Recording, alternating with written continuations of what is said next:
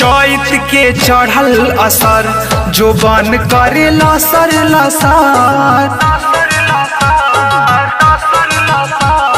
चैत के चढ़ल असर जो बन करे लसर लसर। काहे के किनला भर गर्मी में चोली रबर। बाउर बाए कर असर करेला लसर लसर। चैत के चढ़ल असर जो बन करे लसर लसर।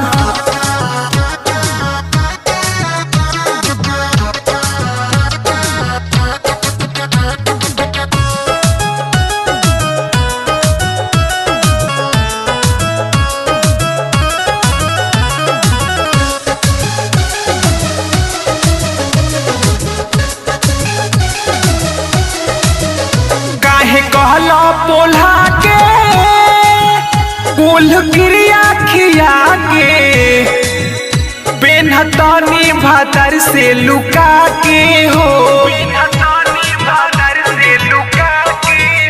तुही कह का कारी पेन्ही के खोल के धारी ना निकालब तो औरी लहारी हो।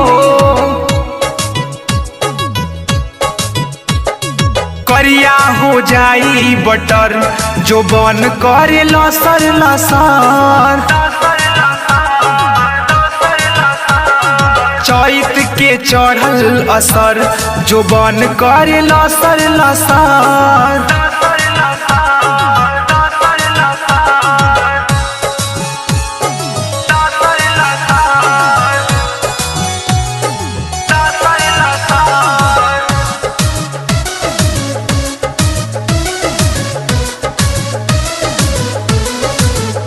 पिया पवन प्रेमी पिटवा बेल छेमी दोनों बेरा खटावे खटनिया हो।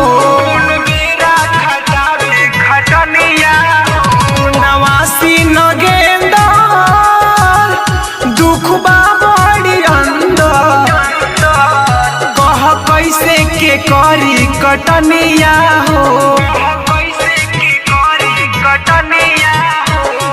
मजा लेता लहुरा देवर जो बन करे लसर फसर। चैत के चढ़ल असर जो बन करे लसर लसर। काहे के किनला भर गर्मी में चोली रबर। चैत के चढ़ल असर जो बन करे लसर लसर। चैत के चढ़ल असर जो बन करे लसर लसर।